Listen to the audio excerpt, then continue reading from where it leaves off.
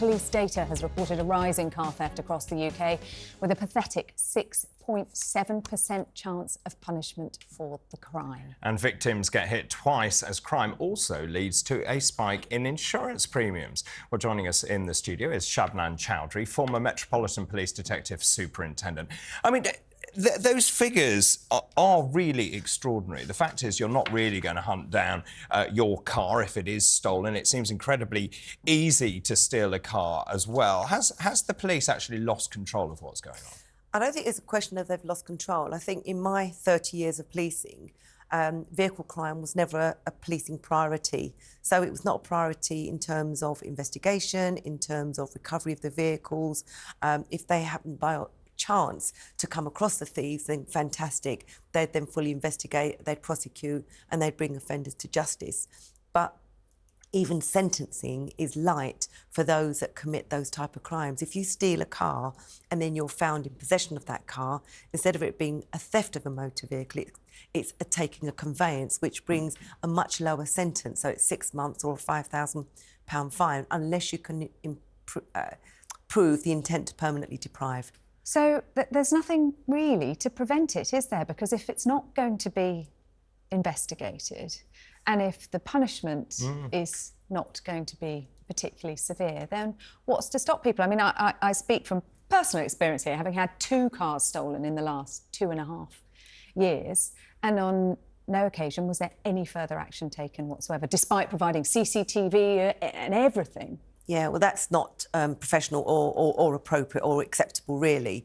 And I don't know the circumstances of your theft and the details and what evidence there was. But generally speaking, even in investigations of vehicle crimes, police will look at CCTV. And if there's like a 20-minute rule, if outside of those 20 minutes you don't see anything, they won't investigate it. Vehicle crimes are very, very quickly screened out, so they're not even looked at pretty much immediately. And these cars are often stolen to order, aren't they? And there are certain cars that are high up on that list, aren't there?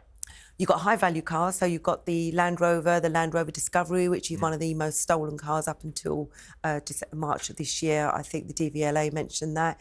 Then you've got cars that are stolen either to order, to ship abroad, where they are then falsified documents and so on, or you've got those that go to what you call the chop shop. And in the chop shop, they'll take vehicles completely apart. If you remember, during the pandemic, cars weren't on the conveyor belts, they weren't being built, they weren't being sold, and therefore parts became really, really valuable. So high-value cars like yours, for example, would have been stolen either to be shipped abroad or to be chopped up. Well, 2 instances. One was stolen. We could watch it all unfold on CCTV. It was being filmed on a mobile phone as they were stealing it, so presumably to order. It only took 2.5 minutes for them to get away with the car. But our second car that was stolen was an old car, was taken either for parts or to be used in a crime, presumably. Generally, they're stolen to use in burglaries, with robberies and so on, so that they don't get caught themselves.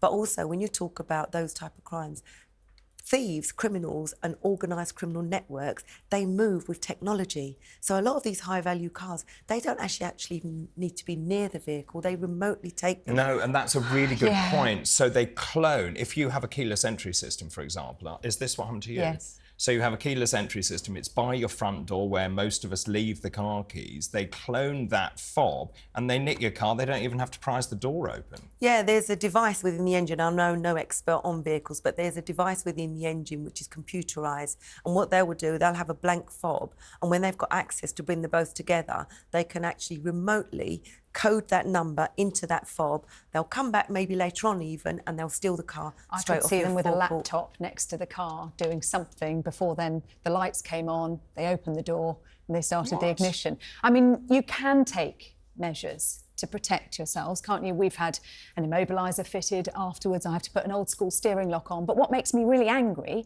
is that the car manufacturers aren't doing this in the first place. Well, that's where the businesses come into play, really, because most businesses, they just want to sell the car, they want to make their money, but actually what they need to do is advise... And then sell you another one when one's gone. And they're very happy for your custom when you come back again. But to be fair to some of the manufacturers, I drive quite a nice car, but mine has a pin on it as well. So I have a system, so I have a keyless entry entry, which actually is activated by the phone, I then have to use a PIN. For those people who don't have cars like that, what on earth can you do to protect your car? Well, I think you've got to take measures and you've got to take some responsibility and ownership. So the steering lock, the old steering lock is really good. The steering lock. Yeah, they always work, yep. But, you know, people say, oh, it's aggravation to putting it on, taking it off.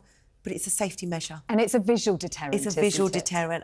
And opportunists will then go to the next vehicle where they get easier access. Immobilisers, tracking devices, making sure that if you've got a forecourt, you've got the sensor light so that if anybody comes onto your forecourt for any reason, your lights go on and you're alerted to that fact and you can actually call police if they come along and so on.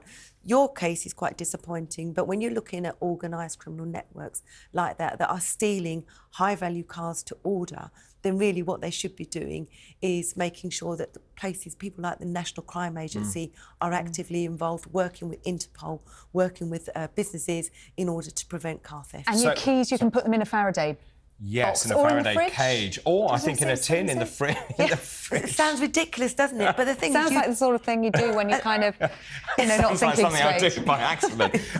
But loads of messages coming in. Thank you very much indeed for all of these. Michael says, I've been a victim of 3 car crimes since 2012. 1 burglary, 1 assault, 1 act of vandalism. None led to any outcome, as there's no punishment for these thugs. Our police forces have been steadily defunded. It's a dismal failure. It doesn't say much about the police, though, does it? Doesn't, but what I would say in the defence of the police, when you've got aggravating factors, they will take more measures and they will get more involved in the investigation. When you've got, it sounds awful, because what they look at in policing terms and with the public, if you get something stolen from a car or a car stolen and the victim isn't there, then the victim isn't harmed. It's the aggravation, the inconvenience and the frustration for the victim, the increased insurance, the fact that economy at the moment is so challenging. These are the issues, but they don't look at it as a priority because the victim generally isn't there. But if there are aggravating factors, then 100% they will make... I had a really interesting exchange with the police a couple of weeks ago when somebody was attempting to steal bikes